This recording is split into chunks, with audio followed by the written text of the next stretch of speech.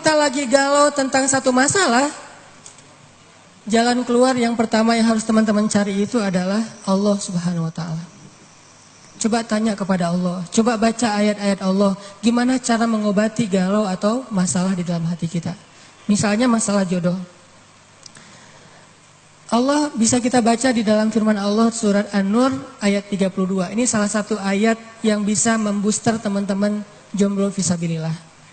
Ini ayat jomblo banget nih. Ayat surat An-Nur surat 24 ayat 32. Apa kata Allah di dalam ayat 32? Iyakunu fuqara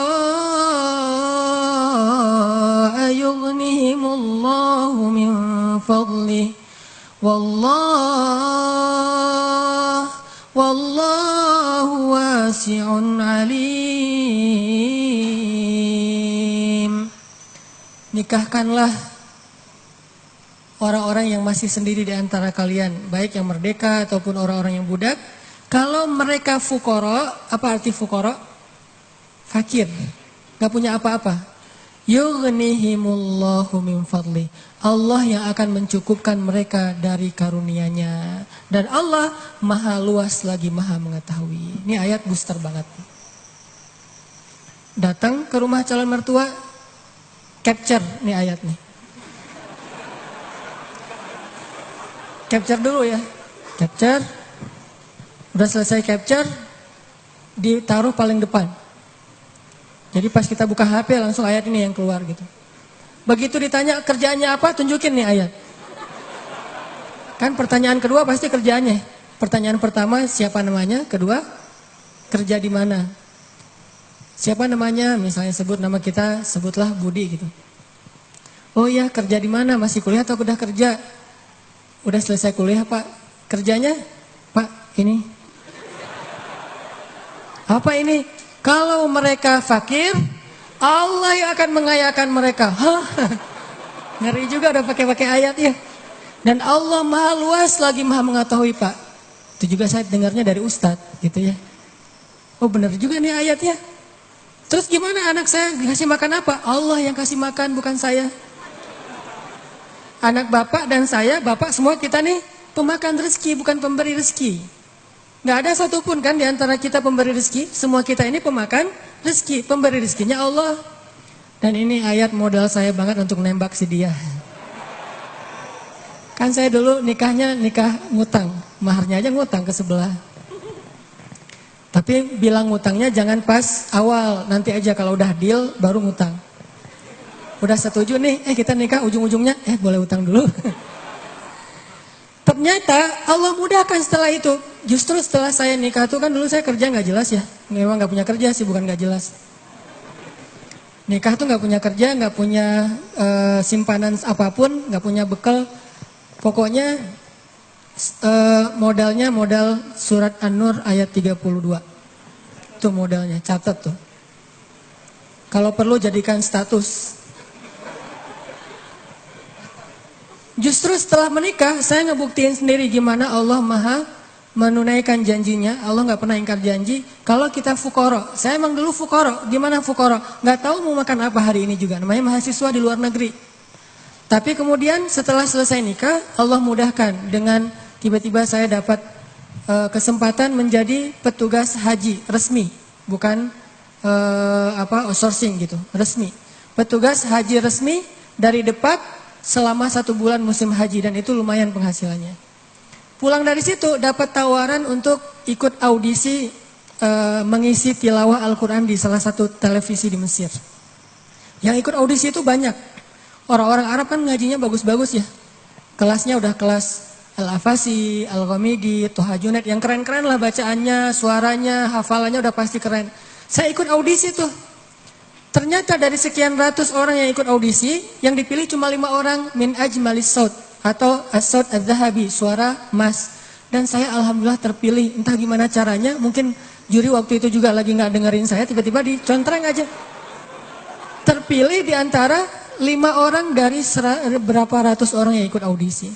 Terpilih, Lalu dari 5 orang itu diseleksi lagi untuk ngambil 20 episode sekaligus. Yang lain cuma satu-satu episode. 20 episode siapa? Ternyata saya juga dapat dari 5 orang itu dipilih satu-satunya yang ngambil 20 episode di televisi. Alhamdulillah, akhirnya rekaman, recording di TV, udah selesai gitu, nggak kerja selama 6 bulan. Mulailah kita keliling-keliling nggak jelas gitu di Mesir, mondar-mandir kayak 99 cahaya di langit Eropa gitu. Benar kan kata Allah, kalau mereka fuqara yughnihimullah, maka Allah akan memberikan kekayaan untuk mereka atau kecukupan. Jadi obat hati itu adalah yakin kepada Allah. Dan cara yakin kepada Allah, baca firman-firman Allah Subhanahu wa taala. Allah berjanji di dalam banyak ayat untuk bisa menjadi iman, menambah faith, menambah keyakinan di dalam hati kita. Tinggal kita baca aja. Banyak banget ayat-ayat kayak gitu. Jadi begitu kita galau tentang gimana nanti nih, apa yang harus saya kasih, gimana menafkahi, baca nih ayat. Gitu juga kalau misalnya kita cari kerjaan atau cari nafkah. Allah Subhanahu wa taala juga memberikan kita banyak sekali ayat-ayat yang menjadi janji dari Allah bahwa siapa yang yakin kepada Allah, pasti Allah Subhanahu wa taala akan menjaganya. Itu banyak banget ayat kayak gitu. Salah satunya teman-teman bisa baca minimal banget teman-teman bisa baca di surat Hud ayat 6. Coba baca surat Hud, surat 11 ayat 6. Ini juga ayat untuk ngecas iman kita. Apa kata Allah di ayat 6 surat Hud? Bismillahirrahmanirrahim. Wa ma min dabbatin fil ardi illa 'ala Allahi rizquha wa ya'lamu mustaqarraha wa mustawda'aha kullun fi kitabim mubin. Gak ada satupun hewan yang melata di muka bumi illa 'alallahi rizquha, kecuali Allah yang menjamin rezeki bagi mereka. Terus kenapa kita khawatir? Kenapa kita galau? Kan Allah yang menjamin, dan jaminan Allah itu sebaik-baik jaminan dijamin oleh perusahaan asuransi atau finance. Itu aja kita udah yakin gimana dijamin oleh Allah Subhanahu wa taala. Kayak ada orang yang ngambil asuransi kesehatan, dia nggak khawatir dengan sakit. Ada orang yang mengambil asuransi kendaraan, dia nggak khawatir kelecet atau terjadi kecelakaan, dirampok atau dicuri kendaraannya. Ada yang total loss only misalnya atau all risk, dia nggak khawatir. Kenapa? Ada yang menjamin. Ada orang yang mengambil asuransi pendidikan, dia nggak khawatir dengan harga pendidikan yang semakin mahal karena ada jaminan. Kalau kita masih sering ragu dan sering khawatir dengan hidup kita, berarti kita nggak yakin dengan jaminan Allah Subhanahu wa taala. Makin kita yakin dengan jaminan Allah, makin hilang rasa khawatir dalam hidup kita. Tenang ajalah, ada Allah. Ketika kita ada masalah sedikit, kita tinggal klaim. Dan mengklaim asuransi Allah itu lebih gampang daripada ngeklaim asuransi manusia. Ngeklaim asuransi manusia tetap aja ada biayanya. Tapi ngeklaim kepada Allah itu nggak ada biayanya, nggak perlu pakai nomor antri, nggak perlu jauh-jauh keluar dari rumah. Kita tinggal mengangkat kedua tangan kita mengatakan Ilahi, Robbi, saya ada masalah nih, tetapi Engkau Maha Besar. Dan setelah itu hati kita akan langsung tenang. Ini teman-teman, di antara obat terhadap semua penyakit hati itu adalah belajar yakin kepada Allah Subhanahu wa taala. Teman-teman bisa baca juga nanti surat Al-Mulk. Ini surat yang benar-benar ngebooster hati kita. Jadi sesi pertama ini saya pengen sharing. Ternyata kalau kita pengen menghilangkan semua penyakit hati kita, mulailah dari belajar iman, belajar yakin kepada Allah Subhanahu wa taala. Kalau kita pengen belajar menjadi orang yang menjalani hidup itu penuh dengan keyakinan, penuh dengan harapan, orangnya optimis, caranya belajar yakin kepada Allah Subhanahu wa taala. Dan salah satu cara belajar yakin kepada Allah, baca ayat-ayat Allah, terutama ayat-ayat booster tentang kebesaran Allah Subhanahu wa taala. Inna fi khalqis samawat, dalam penciptaan langit, bukan cuma di langit tapi penciptaannya, prosesnya.